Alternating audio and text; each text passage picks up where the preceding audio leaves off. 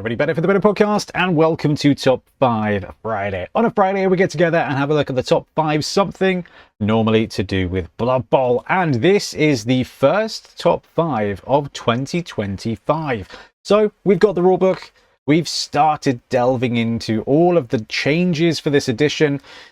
And while we're not ready to determine what the 5 best teams are or what the 5 worst teams are in Blood Bowl 2025, I can tell you the top 5 teams I am very excited about in this edition and why.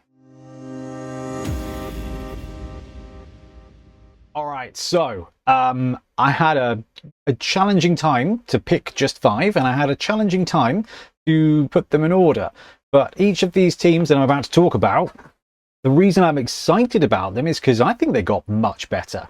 I think they got really quite fun. Now, I've been going through every team doing the team guides, and every team I've done so far, I'm like, ooh, this could, ooh, what about this? Ooh, what about this? There's a ton of cool stuff in this edition. I am very excited. But there are some teams here that I really like the look of. And number 5 for me, it's the Imperial Nobility team. So I very much like the Nobility team. Let's go to this one. Let's zoom in. They've been a lot of fun. They were brought into Blood Bowl in the 2020 box set, and they were really great to run. But there was a couple of things about them that were a bit rubbish. Like the thrower was a bit rubbish. The lineman had edge 4+, and it was just, they were a challenge to run. You kind of had to steer into the wind with them. Well, they fixed all that, didn't they? So the Imperial Nobility team, the roster didn't change, but some of the players did. Their stats did. So the big movement forward here for this team is, yes, we've got secure the ball now, which means that whether you're edge 3, 4, 5, as long as you can secure the ball, you can pick it up on a 2+. But you got to stop moving. Now, these guys here, the linemen, they are now edge 3+. These now bring into play the best of humanity when it comes to nobility. That's the shift here. Before, they were the hoity-toity kind of like posh elite with like the dregs of society. Now they're just really good because the linemen are armor-busted human linemen, but they come with fend. So they've still got fend, so it's still not the best. But when it comes to controlling the ground game, this team's really, really, really good. The linemen, who are now perfectly serviceable as ball carriers or whatever you want, love that upgrade. The stand firm wrestle guys, they stayed stand firm wrestle. They got a bit cheaper because they got a bit slower. Now this one is a bit of a mixed take. Now I love the fact they got cheaper. That means that the roster gets a lot more achievable. They've still got strength access, they've still got general access, so they can still develop into your guard pieces, your mighty blow pieces, however you want to do it with this team, but you still get 4 of them off the bat. And yeah, they're movement 5, so they're a little bit slower now, but we've got a game with them coming up on the channel. It's not a big deal. Movement 5 is just fine when your pieces there are stand firm wrestle. Their goal is not to move around a lot. Their goal is to stop your opponent from moving around a lot. So yeah, at movement 5, they can get left behind a little bit, but you're probably blocking your opponent in. You're probably using wrestle. And the fact that they got cheaper really makes up for that blip of movement. But the biggest thing to me, the Imperial Thrower is now passing 2+. So he's 75k. He's got pass, throw, passing 2+. So he's 2++ for a quick pass. And he's got give and go as well. Now, give and go is basically a running pass from last edition. It can only be a quick throw, but it can also be a handoff. So this player now doesn't even need to throw to use running pass. They can just, with movement 6, run up to you, hand off the ball, carry on. They're armor 9+, which makes them reasonably resilient. They're strength 3, which is reasonably resilient. They've got general, they've got passing. So if you want to make them a passer, now the fact that they are passing 2+, you can invest. You can make an accurate 1+ passer with give and go. So they can just be like, wander around, take a quick pass, carry on with their life. They can go block sure hands route where you've got the chance at a 2+, throw out if you need to. And then if they've already got block, you can then redeployment as a 3rd and 4th blitzer on the team. It just got way more exciting. And they've got pro. And pro is just the kind of skill that's just going to be useful. If you are picking up the ball and they fail, you've got pro. You can just on a 3+ second reroll it. It's not as good as sure hands, but sure hands is the cursed skill. So it's really useful. If I'm making a dodge, I've got pro. They're just very good players. And the blitzers, who still start with block and catch, also have pro now. So this roster comes with better linemen, 4 stand firm wrestle pieces that are going to get guard, 2 pro throwers who can become blitzers, and 2 pro blitzers who can become really good catchers. And you've got an ogre. And the loner 3+ on the ogre is the worst thing on this team. But he's an ogre. So for me, number 5 on the list is still so exciting, because this team, Trips called it out, said it took a whole edition to get good. But now you look at this roster and you're like, I'm going to have fun. Number 4, it's the Snotley boys. Okay, so the wicked thing about the Snotling roster, just immediately, without having to know anything about this edition or how the rules work, these pump wagons, I'm not going to lie, they are a challenge, shall we say. A challenge to build. They are not the most fun thing in the world to build. Now, you kind of have to build 2 of them, because the Snotling roster got a bit of an upgrade in that these guys no longer have secret weapon. So both of the pump wagons are now fully eligible. Now, the other interesting thing about this roster is that you've got this devious skill now, this devious skill tree where dirty player, lone fowler and stuff like that comes into play. So if you want a dirty player Snotling, you don't have to wait till 12 SPP. In fact, the whole structure of skills in this edition is a little bit easier to achieve.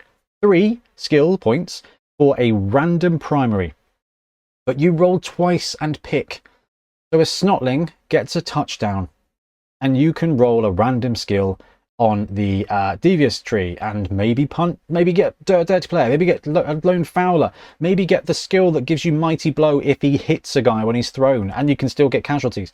It's super fun, and because when you roll a random in this edition, you roll twice and pick, it means that your 3 SPP Snotlings are going to be doing stuff. They're going to be leveling up. Even shadowing got to the point where actually rolling shadowing on a random, all right, that's going to be okay, because it just straight on works on a 4+. So swarming's in. The pump wagons are 100k for a strength 5 big guy with dirty player already, juggernaut, mighty blow, really stupid, and stand firm with strength and a devious. So I love this because the dirty player, they've got strength, they've got devious, they can take that devious skill, get pile driver. Really? Oh man, that's fantastic. All right, hear me out. Pump wagon punches a guy, he's strength 5, it knocks him down, he's got mighty blow, that doesn't work, you give him pile driver, he goes prone, but then you get a foul immediately, and you've got dirty player already, so it's +1, and one of your Snotlings may have rolled oh man, I've just recorded this video, the skill that's basically guard for fouling, put the boot in. Oh, that's dirty. I really love that. That's amazing. The Bombardiers got agility, devious as well, and passing, so you can give them pass, you can give them accurate. It's just absolutely wicked. This whole roster looks like a load of fun. The trolls no longer have loner either. It's just wicked. The Snotling roster is just here. You've got 4 big guys, 2 of them are dirty players. This is going to be carnage, which I think is such an improvement, because the last edition Snotlings were really kind of just a star player caddy. Like, you could run Snotlings and do Blood Bowl things with them, they're great for that, but really it was about taking this team because it was cheap as hell and you could get Hack Flem on the pitch, and potentially Hack Flem and Morg for a lot of the edition, which was egregious. Bryden counter +1. It's just so much fun. The best model kit, that's not fair. The pump wagon is a challenge, but the individual models are so much fun. It's a lot of fun to paint up. You need to source some trolls, so it's not the easiest team to build or acquire, but man, it is going to be so much fun, and you are going to get to play, and you are going to get to, this team can be feared.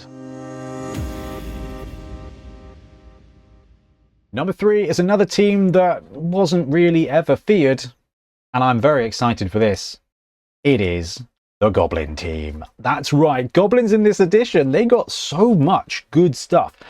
Definitely not out of tier 3 purgatory or tier 4 now as it is, but Goblins got a lot of cool stuff. So the thing that they didn't get is that the chainsaw player can no longer take agility on a primary, so getting that dodge chainsaw is going to not be ideal. It's going to be a bit of a struggle. But you get access to devious skills, so you can take Dirty Player, you can take Lone Fowler, Lone Fowler with Chainsaw. That's brilliant. You get to re-roll the armor roll. Oh, well, sausages. Okay, that's pretty cool.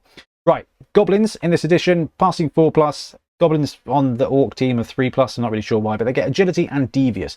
The whole Goblin team has super easy, super quick access to Dirty Player, which is +1 to Mighty Blow for fouling, to Lone Fowler, which if you are fouling with no assists, you get to re-roll the armor roll. You get Put the Boot in, which is guard for fouling. There's a ton of great stuff you can do with this. So just the Goblin roster got access to more appropriate skills for it. We love that. The fact that secondaries are now 10 SPP instead of 12 SPP, and stat ups are now 14 SPP instead of 18 SPP. It makes the stretch play, the dream, even easier, right? You can save up till 10 SPP. Take your block Goblin, take your sure hands Goblin.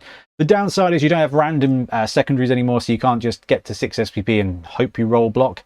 But you can wait till 10 SPP and just pick block, which is reasonable. But the thing you're doing with the Goblins is you're using all the toys. Trained trolls, they're very trained. They're so trained they don't have loner, which is monstrous. So both your trolls on this team, similarly to the Snotling team, no loner on the big guys. They're just doing stuff all of the time, which is going to be so useful for this Goblin roster. The Pogo's great. The Fanatic is great. The Hooligan is great. He's now got Taunt as well. The Bombardier is great. He's now got passing access, so you can have an accurate or passing bomb passer with the bomber. Love that.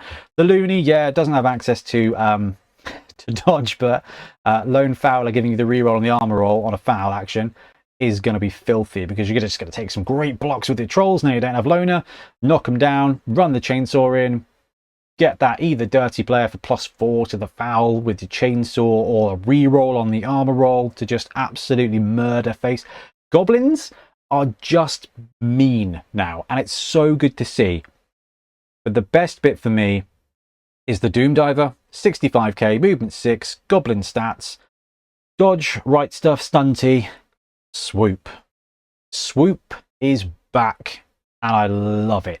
So you throw this guy, and bearing in mind that big guys now have some skills that make throwing, you've got strong arm, so +1 to throw. You've got bullseye, which means your throw-in goblin doesn't scatter. But swoop, instead of D8 3 times and then it lands, you can use the throw-in template, D6, 1, 2, 3, 4, 5, 6, and then D6 squares in that direction. So your throw teammate now with the diver, he's on the way. But if you do choose to swoop and use that, you get to re-roll the landing roll. And this Goblin is Ag 3+. So, yeah, that is fun. It's not the most reliable thing. It's not the most powerful thing. But it's fun. And this is just going to make Goblins, they're going to get to play a lot of Blood Bowl. Number 2 on the list, and it is a combination of 2 teams. Now, there are some teams in this edition that didn't do so well, and I would probably say my earliest pick for the team that's got the most meh is humans. But if you take one half of a human team and then pair it with a dwarf team, you get OWA. And OWA are looking fantastic in this edition. They just got all the good stuff. They just got stuff. Nothing got worse for this team,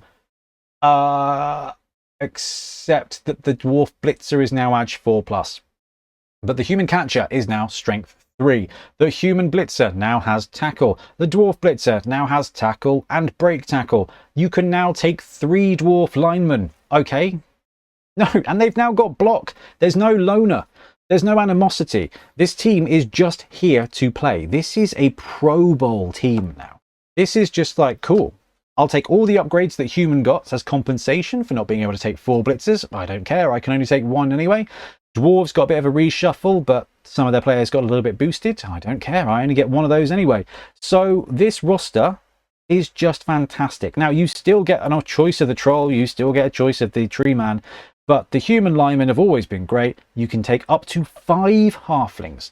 Now, why you might be thinking, I don't know if I want to run 5 halflings. At 30k a piece, that's going to be really useful for potentially some tournament stuff where you can kind of take that third halfling, save 20k and put it towards a star player or something.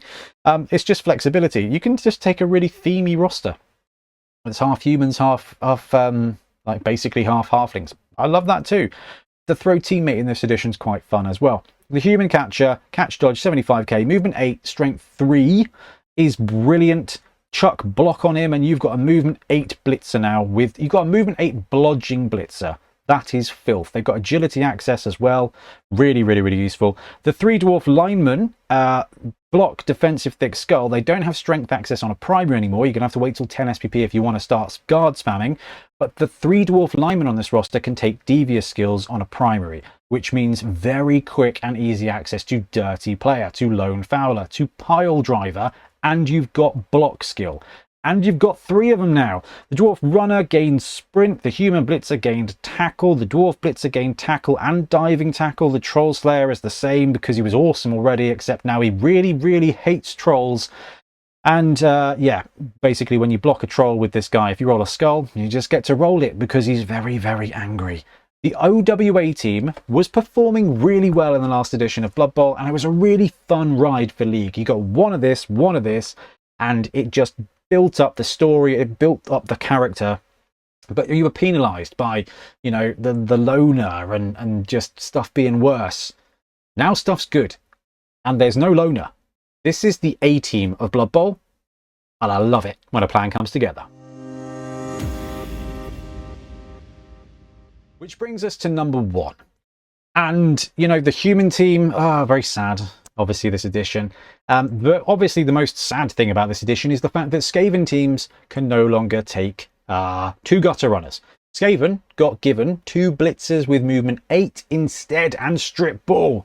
So that means that this next team just benefits from all of that. Underworld, they were egregious in the last edition, and I think these guys are here to stay and here to play, because all of the buffs that the Skaven team got, they get to get as well. So the Skaven thrower is still one of the best throwers in the game. Vampire thrower beats him out ever so slightly, passing 2+, pass, sure hands, movement 7. You've always got the option to secure the ball with anybody on this team, but this guy's running around at movement 7 with a 2++ quick pass. It is just fantastic. He's got a whoa. Gosh, I was looking at the Skaven roster and I thought this roster had got 2 blitzers there. Absolutely madness. Absolute madness. So the thrower is good to go. The gutter runner gained stab, remains still a juicy movement 9 with Edge 2+. Fantastic. He now has the ability to stab, and he's got agility and devious and general and mutation skills all on a primary. And remember, when you're rolling for a random primary, you roll 2 times and you get to pick. So if you're shooting for a 2 heads or 2-handed goblin, 3 SPP, you start rolling those randoms and you can start getting some good mutations. And that is also quite terrifying. The Skaven Blitzer getting strip ball and now being movement 8 as well. They're just absolutely getting it. Now the Troll and the Rat Ogre on this edition, this team do still have Loner 4+. So it's not just a straight up gimme. But the choice of those big guys is still really good. You can still take Snotling lineman with agility and devious at 15k. So you can have a 15k, get to 3 SPP. They can get dirty player, lone fowler, on all the shenanigans. They can also take mutations. They can also take the agility skills. Now, I'm not sure if there's anything that they really need because they're just there to just get in the way, and really they're there to feed to the Rat Ogre. Now there's no swarming on this roster, so the Snotlings actually take up a place on the pitch, but having a couple of them there for 30k is actually really useful to feed to the Ogre, to throw with your Troll. There's just a lot of fun stuff you can do with that. Which brings me to the Goblins, right? The Goblins on this roster are some of the best linemen in the game. Hear me out. Goblins are great. 40k, movement 6, and 3+, with stunty, with dodge. They run around doing shenanigans. Strength 2 is okay, it's serviceable. You can take a 3++ into a cage, take a 2 die up here on anybody, basically anywhere, all of the time. That's a threat. That's a threat when the rest of your team is made up of very competent players. Sure, they've got animosity to goblins, so your thrower is not going to be quick passing to goblins all of the time. Just 5/6 of the time he wants to do it, it will be all right. But agility, devious, and mutation for the goblins on this line, on this roster, just means these goblins got better because of the aforementioned random skills. Ye get to 3 SPP with a goblin on this roster, and you go, okay, mutation please, and I get to roll twice and pick. Big hand, yeah, cool. Claws could be funny. Disturbing presence, really quite useful. Extra arms, exactly the best. Foul appearance, yeah, that's all right.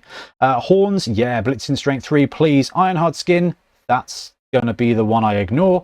Monstrous mouth, okay. Protection against strip ball, I can chomp people if I block them. That's all right. Prehensile tail, -1 dodge to my opponents running away. Yeah, that can be useful.